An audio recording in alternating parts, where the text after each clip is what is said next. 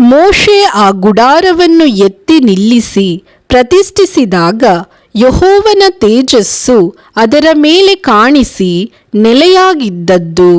ಯೆಹೋವನು ಮೋಶೆಗೆ ಮೊದಲನೆಯ ತಿಂಗಳಿನ ಪ್ರಥಮ ದಿನದಲ್ಲಿ ನೀನು ದೇವದರ್ಶನದ ಗುಡಾರವನ್ನು ಎತ್ತಿ ನಿಲ್ಲಿಸಬೇಕು.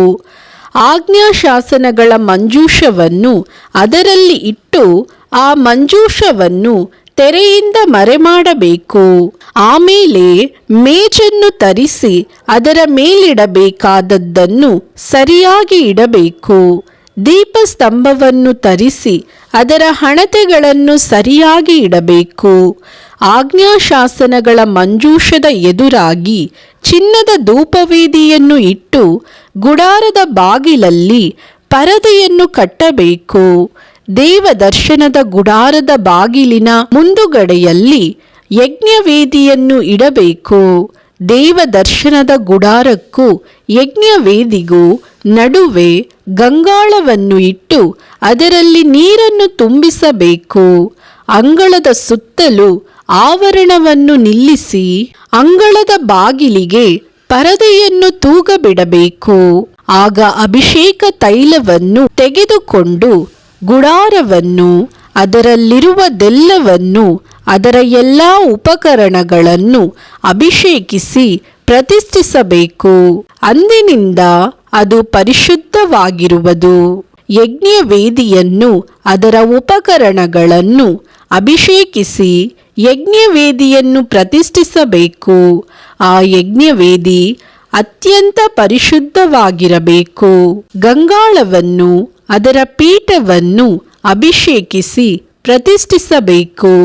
ಅದಲ್ಲದೆ ಆರೋನನನ್ನು ಅವನ ಮಕ್ಕಳನ್ನು ದೇವದರ್ಶನದ ಗುಡಾರದ ಬಾಗಿಲಿನ ಹತ್ತಿರಕ್ಕೆ ಬರಮಾಡಿ ಅವರನ್ನು ಸ್ನಾನ ಮಾಡಿಸಿ, ಆರೋನನು ನನಗೆ ಯಾಜಕನಾಗುವಂತೆ ಅವನಿಗೆ ಆ ದೀಕ್ಷಾ ವಸ್ತ್ರಗಳನ್ನು ತೊಡಿಸಿ ಅವನನ್ನು ಅಭಿಷೇಕಿಸಿ ಪ್ರತಿಷ್ಠಿಸಬೇಕು.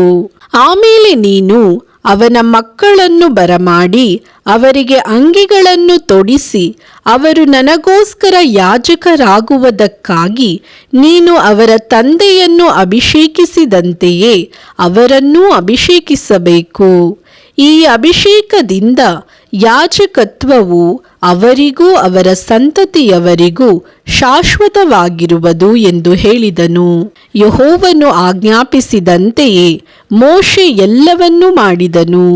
2ನೆಯ ವರುಷದ ಮೊದಲನೆಯ ತಿಂಗಳಿನ ಪ್ರಥಮ ದಿನದಲ್ಲಿ ಮೋಶೆ ಗುಡಾರವನ್ನು ಎತ್ತಿ ನಿಲ್ಲಿಸಿದನು.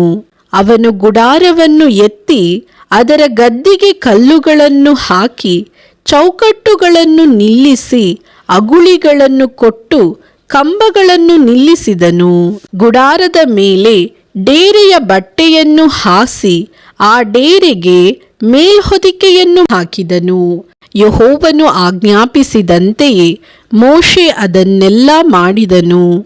ಅವನು ಆಜ್ಞಾಶಾಸನಗಳನ್ನು ಮಂಜೂಷದಲ್ಲಿಟ್ಟು ಮಂಜೂಷಕ್ಕೆ ಕೋಲುಗಳನ್ನು ಕೊಟ್ಟು ಅದರ ಮೇಲೆ ಕೃಪಾಸನವನ್ನಿಟ್ಟು ಮಂಜೂಷವನ್ನು ಗುಡಾರದೊಳಕ್ಕೆ ತಂದು ಅದರ ಮುಂದೆ ತೆರೆಯನ್ನು ಇರಿಸಿ ಯೆಹೋವನು ಆಜ್ಞಾಪಿಸಿದಂತೆಯೇ ಆಜ್ಞಾಶಾಸನಗಳ ಮಂಜೂಷವನ್ನು ಮರೆಮಾಡಿದನು.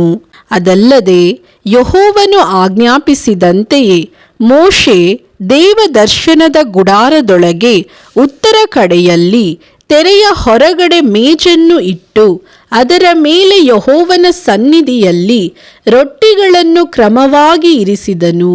ಮತ್ತು ಯೆಹೋವನು ಆಜ್ಞಾಪಿಸಿದಂತೆಯೇ ಅವನು ದೀಪಸ್ತಂಭವನ್ನು ದೇವದರ್ಶನದ ಗುಡಾರದೊಳಗೆ ಮೇಜಿನ ಎದುರಾಗಿ ಗುಡಾರದ ದಕ್ಷಿಣ ಕಡೆಯಲ್ಲಿ ಇಟ್ಟು ಅದರ ಹಣತೆಗಳನ್ನು ಯೆಹೋವನ ಸನ್ನಿಧಿಯಲ್ಲಿ ಕ್ರಮವಾಗಿ ಇರಿಸಿದನು.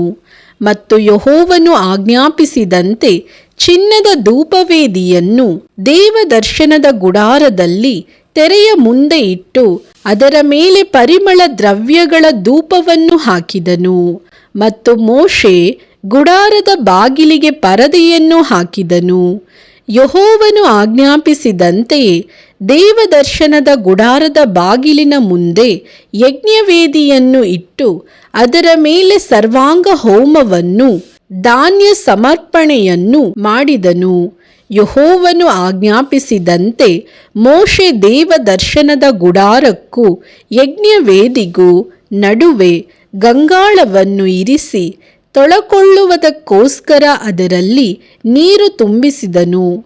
ಅದರಲ್ಲಿ ಮೋಶೆಯು ಆರೋನನು ಅವನ ಮಕ್ಕಳು ದೇವದರ್ಶನದ ಗುಡಾರದೊಳಗೆ ಹೋಗುವಾಗಲೂ ಯಜ್ಞವೇದಿಯ ಸೇವೆಗೆ ಬಂದಾಗಲೂ ಕೈಕಾಲುಗಳನ್ನು ತೊಳಕೊಳ್ಳುವರು.